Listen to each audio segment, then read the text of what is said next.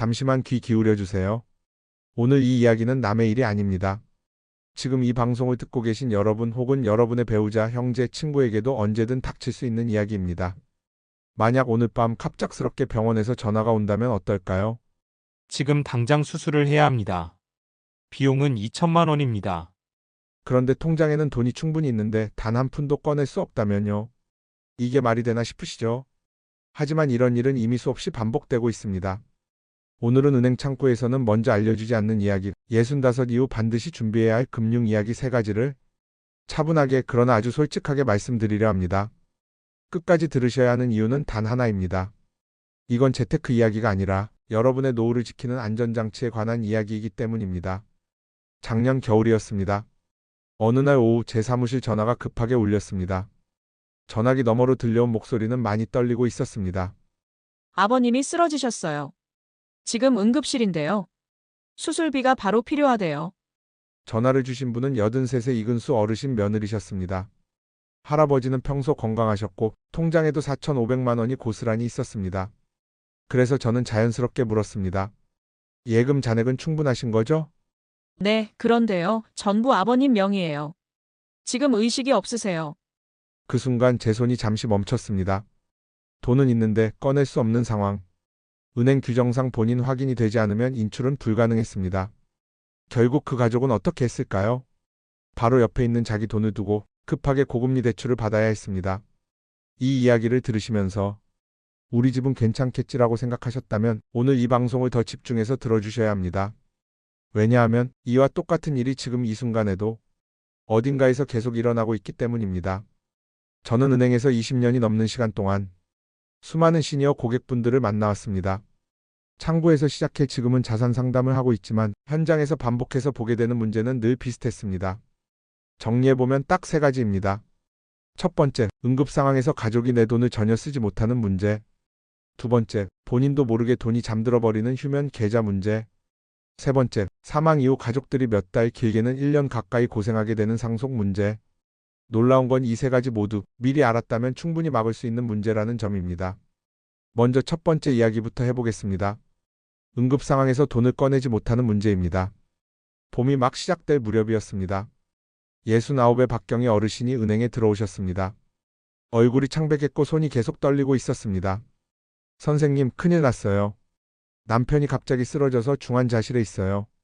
당장 치료비 800만 원이 필요했는데 통장에는 5천만 원이 있었습니다. 문제는 그 통장이 남편 명의였다는 점이었습니다. 어르신은 말했습니다. 50년을 같이 산 부부인데 왜 제 남편 돈을 제가 못 찾나요? 이 질문은 아주 당연합니다. 하지만 금융에서는 감정이 통하지 않습니다. 아무리 가족이라도 아무리 급해도 본인이 아니면 인출은 불가능합니다.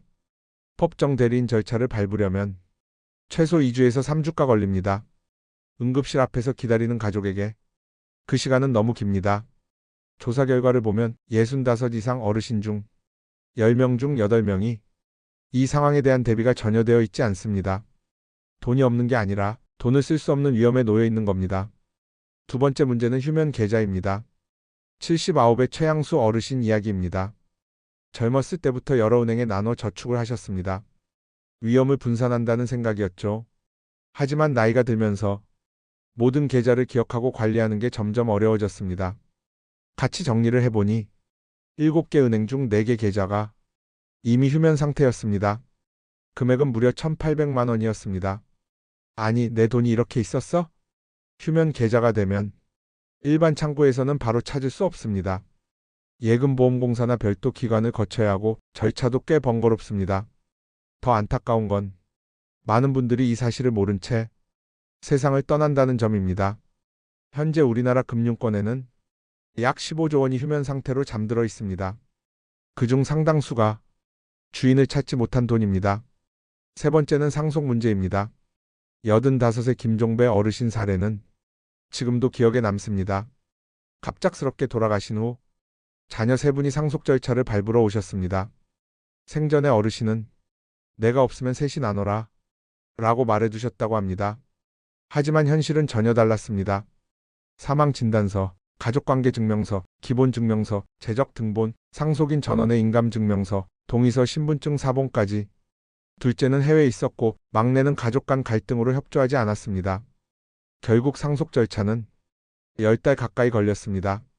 그 사이 장례비, 정리비용, 그리고 가족 간 감정까지 모두 상처를 입었습니다.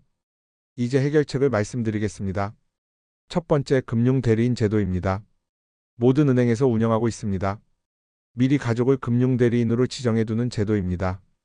본인이 의식을 잃거나 거동이 불편할 때 대신 돈을 처리할 수 있습니다. 방법은 간단합니다. 주거래 은행에 가셔서 금융대리인 등록하고 싶습니다. 이렇게만 말씀하시면 됩니다. 신분증, 인감, 대리인으로 지정할 가족의 신분증 4번만 있으면 됩니다. 중요한 팁이 하나 있습니다. 대리인은 반드시 2명 이상 지정하세요. 1명만 지정했다가 그 사람과 연락이 안 되는 상황도 실제로 있습니다. 두 번째, 통합계좌 조회입니다.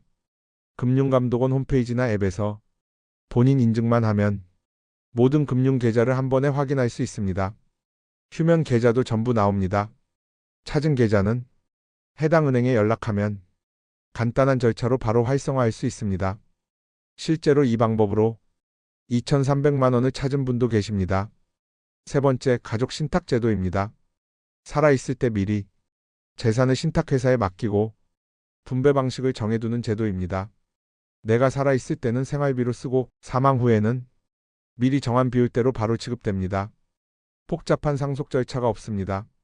가족 간 다툼도 줄어듭니다. 마지막으로 65 이상만 받을 수 있는 혜택입니다. 시니어 우대 통장, 수수료 전면 면제, 무료 자산관리 상담, 보안 강화 서비스까지 은행에 가셔서 시니어 혜택 상담받고 싶습니다. 이 한마디면 됩니다. 정리해드리겠습니다. 오늘 당장 할 수 있는 것 3가지입니다. 통합계좌 조회, 금융대리인 등록, 시니어 혜택 신청. 이건 재테크가 아닙니다.